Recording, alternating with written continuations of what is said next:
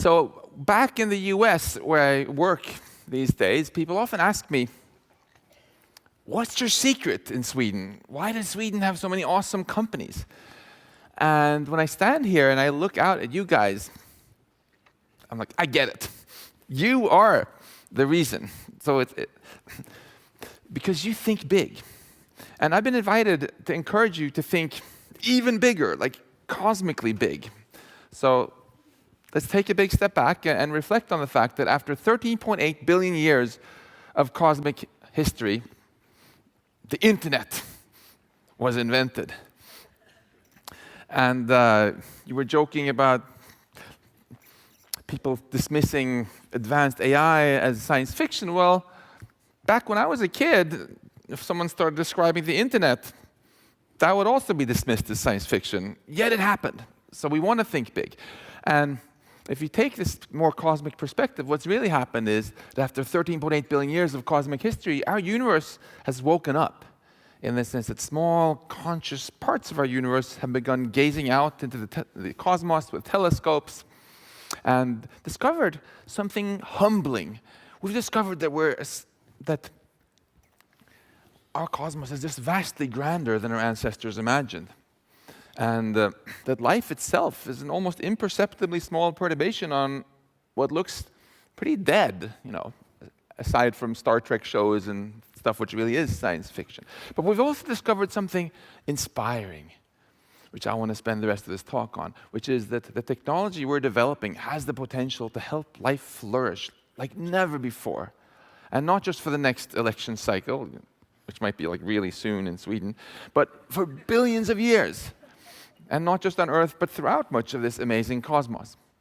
Now, this earliest life, I like to call 1.0, because it was really dumb, like bacteria, unable to learn anything during its lifetime. I call us humans life 2.0, because we can learn, which we in nerdy geek speak might think of as installing new software into our brains, like languages and job skills. And it's this ability to design and change our own software which has enabled us to become the dominant life form on the planet and invent the internet and all the other things. Now, life 3.0, which can design not only its software but also its hardware, of course doesn't exist yet. But perhaps technology has already made us life 2.1 with our artificial knees, pacemakers, and cochlear implants. So let's talk about our relationship with technology. The Apollo moon mission, raise your hand if you actually saw it on TV live when it was, I'm jealous, that's awesome. It was both successful and inspiring because it showed that when we humans use technology wisely, we can accomplish stuff that our ancestors could only dream of. But there's an even more inspiring journey, propelled by something more powerful than rocket engines, where the passengers aren't just 3 astronauts, but all of humanity. So let's talk about our collective journey into the future with artificial intelligence. My friend Jan Tallinn likes to point out that just as with rocketry, if we're going to be really ambitious with technology, it's not enough to make it powerful. We also have to figure out how to steer it and where we want to go with it. So I want to spend the rest of this talk on discussing all three for artificial intelligence: the power, the steering, and the destination. All right? I define intelligence very inclusively, simply as the ability to accomplish goals. And the more complex those goals are, the more intelligent. I'm this inclusive because I want to include both biological and artificial intelligence. And I want to avoid this silly carbon chauvinism idea that you can only be smart if you're made of meat. I want to avoid it because it's exactly the opposite of carbon chauvinism, which has given us the internet and given us the artificial intelligence revolution. Namely, this idea that intelligence is all about information processing. So it doesn't matter if the information is processed by carbon atoms in cells and brains, or by silicon atoms in today's computers, or some other kind of atoms in tomorrow's technology. And it's really amazing how this idea has grown the power of AI. Think about it. Not long ago, robots couldn't walk. Now they can do backflips. Not long ago, we didn't have self-driving cars. Now, we have self-flying rockets that can land themselves with artificial intelligence. Not long ago, AI couldn't do face recognition. Now it can generate fake faces of people that never existed. And it can simulate your face, saying stuff that you never said. So be careful. And not long ago, AI was mostly an academic exercise. And now it can save lives. Over 1 million people lost their lives on the world's roads last year, and most of those lives could have been saved with self-driving cars that were on the cusp of developing. And even more lives can be saved by simply eliminating mistakes that happen in hospitals with relatively easy and low-tech AI. And that's just avoiding mistakes. If we can use AI to accelerate the progress of science, medical science, for example, we can create whole new types of medicine and treatment and diagnosis methods. We already today have AI systems that can provide better diagnosis or as good as human doctors for prostate cancer, lung cancer, and various eye diseases. And not long ago, AI could not beat us at the board game of Go. Raise your hand if you know the rules of this game. Okay, it's a lot harder than chess, right? But then Google DeepMind's AlphaZero AI took 3,000 years of human Go games and Go wisdom, ignored it all, and just by playing it against itself for 24 hours with no human input except the rules, became the world's best Go player. And the most impressive thing here is not that AlphaZero crushed human gamers, but that it crushed human AI researchers who had spent decades handcrafting game-playing software, which is now completely obsolete and useless. And the same AlphaZero crushed us not just at Go, but also at chess. It played after 2 hours against itself and could beat all the best humans, and after 4 hours of self-play, it could even crush our best chess-playing software, Stockfish. Played 100 games, didn't lose a single one, and won a bunch of games even as black.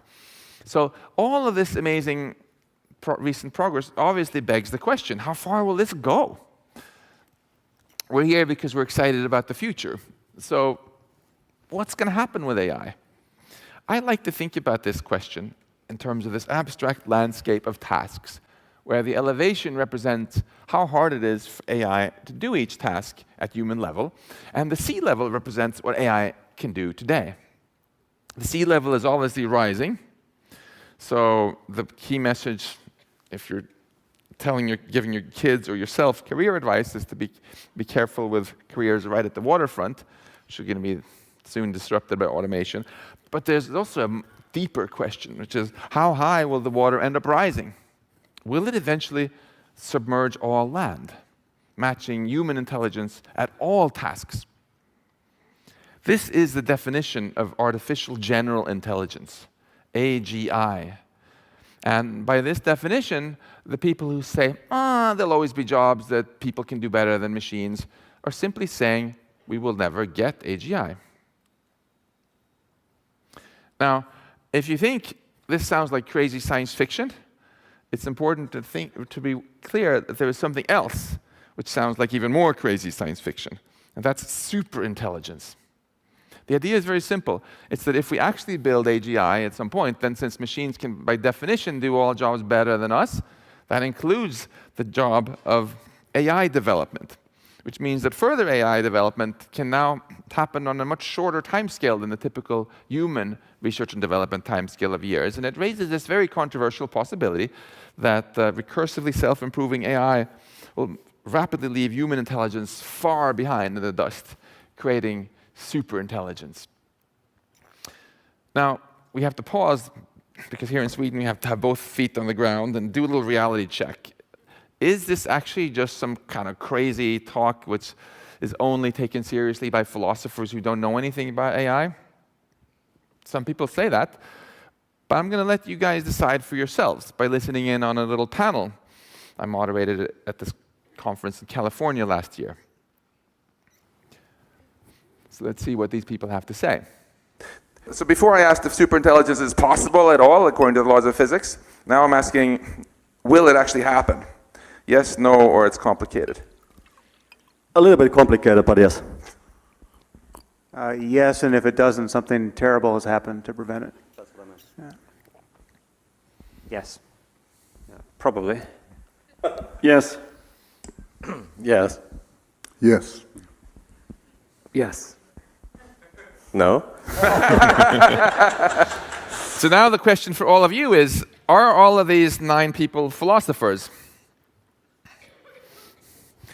Well, my friend and colleague Nick Boström is a philosopher, and so is David Chalmers, but none of the others. And Demis Hassabis is the leader of Google DeepMind that gave us AlphaZero. Jan Tallinn gave you Skype. Elon Musk, certainly not just a philosopher. And we have some really famous AI professors here. Stuart Russell wrote the most popular textbook on AI. So it's obviously not true to just dismiss this as just crazy philosophers' talk. We have to take seriously that superintelligence actually might happen because very serious people in AI think so. But that doesn't mean that it will happen. And it certainly doesn't mean it will happen anytime soon, or even that AGI will happen anytime soon. So what should we expect? Well, this is a real interesting and fun scientific controversy. On one hand, you have people like my MIT colleague Rodney Brooks, who's like, nah, won't happen for hundreds of years. Or Andrew Ng, who used to work for Baidu, who's like, this is so far off, it's like worrying about overpopulation on Mars. On the other hand, you have people like Google DeepMind's Demis Hassabis, who think it's going to happen much sooner and is focusing his entire company on trying to make it happen. And recent surveys have shown that most AI researchers actually share Demis's forecast, his optimistic vision that this will happen relatively soon. Well, it's optimistic or pessimistic, depending on what you think the outcome will be. And this really begs the question, well, if we get artificial general intelligence within decades, so within the lifetime of most of you, then what? What will the role of humans be if machines can do everything better and cheaper than us? The way I see it, we face a choice. It's the most important choice of our time. One option is to be complacent. It can be like, let's just build machines that can do everything better than us, and not worry about the consequences. After all, if we build machines that can do everything cheaper and better than us, what could possibly go wrong? On the other hand, that would be embarrassingly lame, I think. I think we should be ambitious. We are here because we're ambitious, right? And let's be ambitious, I say, and envision a truly inspiring high-tech future instead, and figure out how to steer toward it. That brings us to the second part of our rocket metaphor, the steering.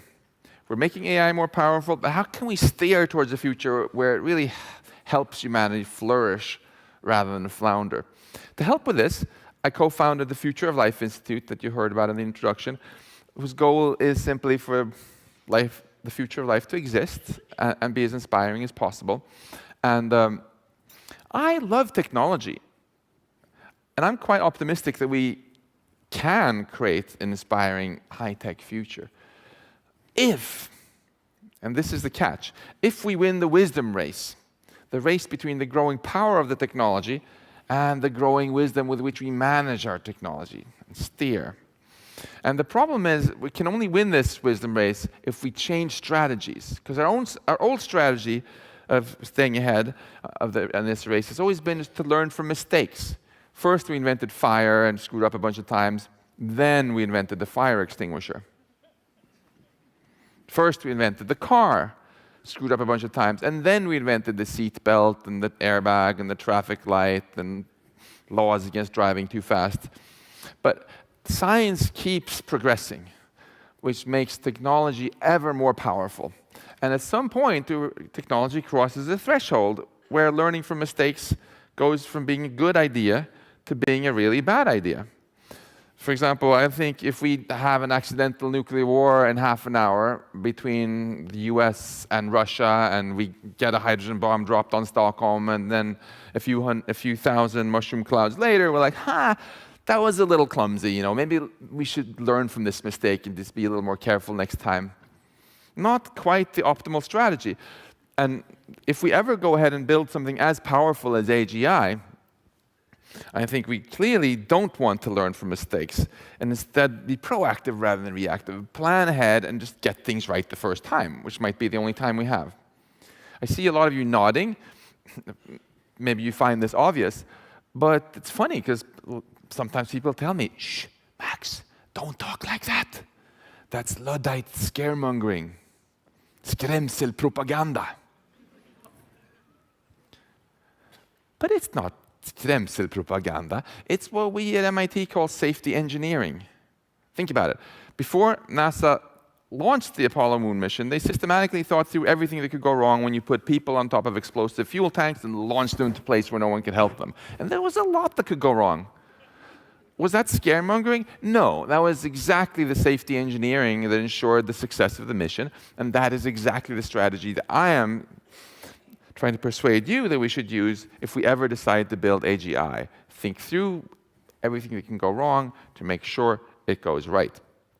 So in this spirit, we have organized conferences bringing together leading AI researchers and other thinkers to discuss how to develop this wisdom that we need to keep AI beneficial. And the last conference we had in California last year in Asilomar produced this list of 23 principles that have since been signed by over 1,000 AI researchers, and also recently was endorsed by the government of the state of California. And I want to tell you about just 3 of them. One is that we should avoid an arms race and lethal autonomous weapons, also known as killer robots. And the idea here is very simple. Any science can be used for new ways of helping people or new ways of harming people. Right? Biology and chemistry are much more likely to be used for new cures and new materials than new ways of killing people, because biologists and chemists persuaded the politicians of the world to stigmatize and ban biological and chemical weapons. And that's why today, if you have a friend doing something in biotech, they're probably making new medicines, not bioweapons. And AI researchers simply want AI to be remembered the same way, by and large, as a source of new solutions, not as a source of little slaughter bots or other horrible weapons for enabling cheap and anonymous assassination. And I'm actually very happy that it's not just AI researchers who very much support banning lethal autonomous weapons, but a growing list of countries, including China, have said that they want to ban. I'm quite embarrassed, being Swedish, that Sweden is not on this list. And when Anders Hultqvist, our defense minister, was asked by Rapport recently about this, he had one of his assistants reply, well, it's sort of complicated issue on one hand. On the other hand, you know, maybe we should tillsätta en utredning. Tell your politicians that Sweden should get on the right side of history and be a leader, not a follower here.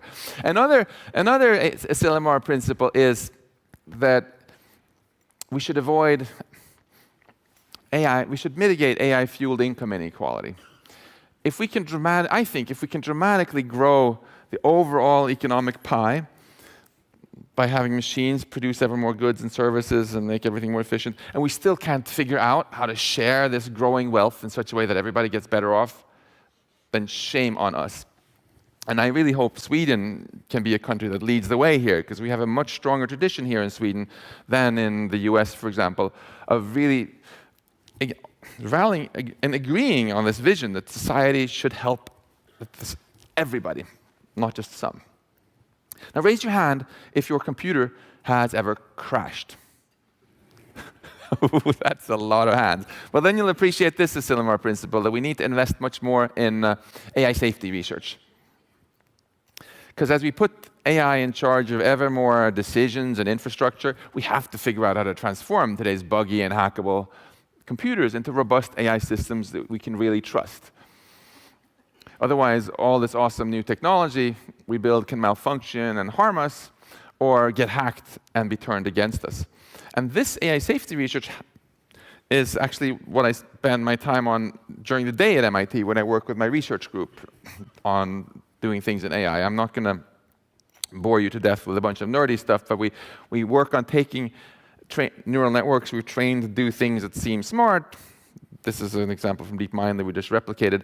And then instead of just settling at this point and saying, now we understand how this works, the explanation is some list of almost 857,000 numbers. Crystal clear now how this works? Do you trust it to driving your car, flying your airplane? Me neither. And then we work on trying to see if we can transform this into something which is equally smart as an AI system, but where we can actually understand it and therefore get more trust. I'm going to skip over all the boring details here. It's very nerdy. It's good if you suffer from insomnia because you're here jet lagged or something. But it's just an example of the fact that the AI safety research is not about sitting around and worrying about the future. It's about actually doing concrete research, not to make AI more powerful, but to make it more trustworthy or in other ways more likely to be good.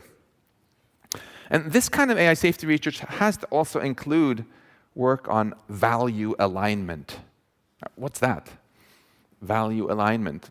Well, the real threat from AGI and superintelligence is not that it's going to turn evil like in silly Hollywood movies, but that it's going to turn competent, really competent, and go out and accomplish goals that just are not aligned with our goals.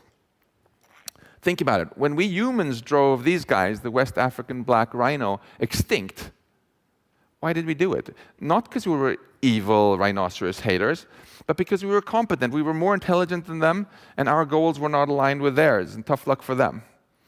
AGI is by definition smarter than us, so to make sure we don't put all of humanity in the role of those rhinos, if we build AGI, we have to figure out how to make machines understand our goals, adopt our goals, and retain our goals as they get smarter.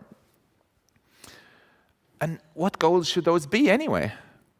That brings us to the third and final part of our rocket metaphor, the destination. We're making AI more powerful. We're trying to figure out how to steer it with AI safety research. But what kind of society are we hoping to create if we succeed? This is the elephant in the room that almost nobody is talking about still today because we're so fixated on the short-term AI stuff like jobs and weapons. But what are we hoping to get if we succeed with AGI? We did a survey recently with about 15,000 people, and most of them actually wanted us to build superintelligence. Almost all of them wanted us to be really ambitious, and one day even use it to help life spread into the cosmos. But there was much less agreement about who or what should be in control. And I was a little bit disturbed that there was even about 10% who wanted to be just machines. Maybe they had recently been badly disappointed by some human in their life. And there was total disagreement about what the role of humans should be, even at the most basic level. So let's take a quick look here at the end at possible futures that we might choose to steer toward. Don't get me wrong, I'm not talking about space travel here, just about our metaphorical journey into the future, okay? I have some colleagues who want us to build superintelligence and keep it under human control, like an enslaved god, disconnected from the internet and used to create unimaginable power and wealth for whoever controls it.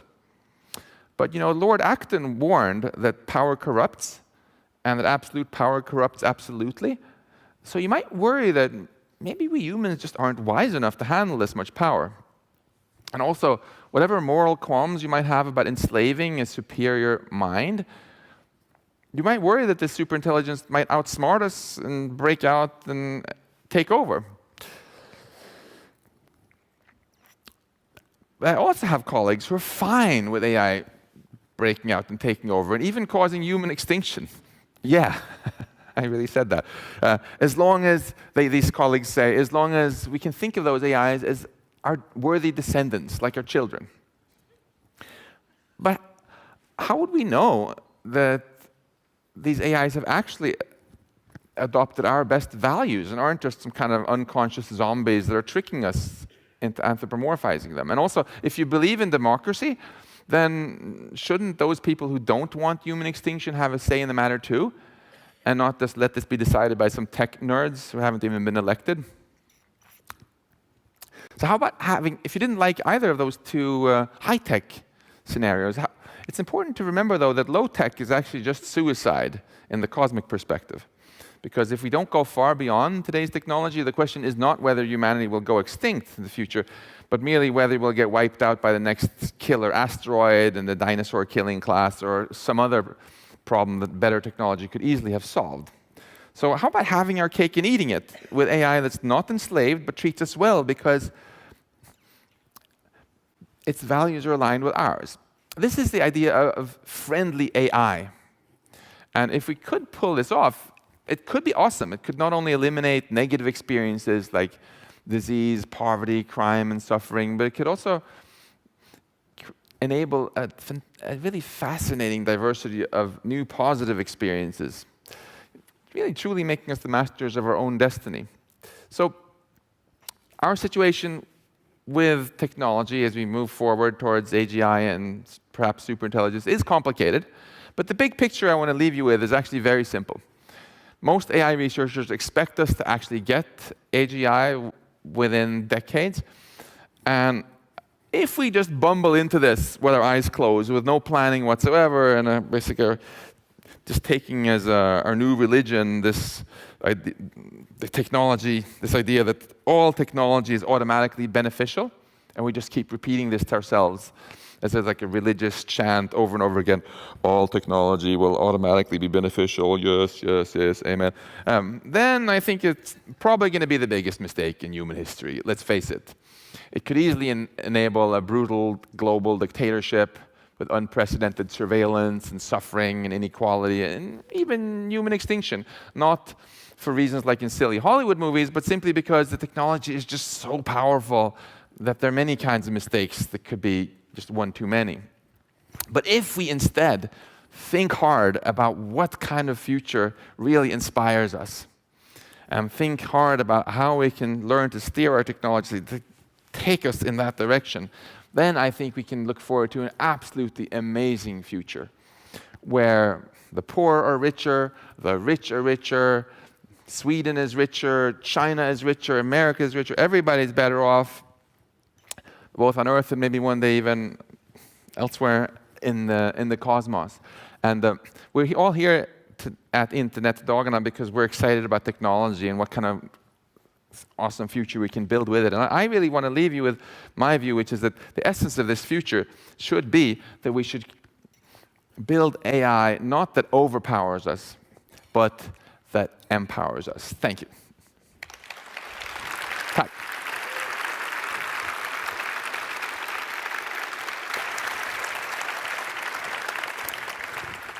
Thank you so much for this lovely talk, Max. It was truly inspiring and causes so many questions to arise. And I'm sure the audience also has a bunch of them to ask. Unfortunately, we will only have time for one. And I was thinking that I would ask you a little bit about this concept that you use, namely mindful optimism. You suggest that we can and should be optimistic about the future that we just heard, as long as we plan and work for it, right? So how can we do this? How can we, instead of being afraid of a coming Terminator or HAL that will take over, how can we change our mindsets to be a bit more mindfully optimistic? It's a great question. I often get students coming into my office at MIT for career advice, and I always ask them, where do you want to be in the future? You know, and if all she can say is, oh, maybe I'll have cancer, maybe I'll have been murdered, you know, a terrible strategy for career planning. It's just going to make you a hypochondriac paranoid, right? And yet, every time we go to the movies, what do we do as the human species? We watch Blade Runner or Terminator or one dystopia after another, right? Which makes us very pessimistic. And we should not be naive optimists and just say, yeah, everything is automatically going to be fine. What we should do instead is really think hard about what kind of future we are excited about, and then think about how we can get there. You know, I think Sweden can kind of lead the way here. We already did this once. In 1945, you know, people in Sweden did not just sit around and say, if we just sit here on our butts and do nothing, then we're going to get free health care and free university education and this welfare state. No, people had this really positive vision, and they thought very creatively about how they could combine this idealism with practical planning and technology and actually go out and build it. So I would like as homework, professors are terrible. They always give homework, right? To all of you is next time you're just having beers or coffee with someone, right? Instead of just talking about things that could go wrong or what you're worried about, ask them what kind of future in 20 years or 30 years or 40 years with very advanced AI they would be really excited about. And see if you can agree on something that you're both really excited about and start spreading these memes. Because if we can all start shaping a really shared, powerful, positive vision like Sweden did, we did here in the late 40s, right? The more we know what we want, and the more we are going to be willing to do the work to get there, and the more likely we are to actually get there. Thank you. Let's build a shared imaginary then for the future. Thank you. Thank you. Thank you. So we got you a programmable droid, so you can decide whether this is going to be a slaughter bot or a slightly more positive robot. Wow, Thank you so tack much. så jättemycket hörru. Fantastiskt. Tack så mycket. För Max. Tack alla ni och tack Max.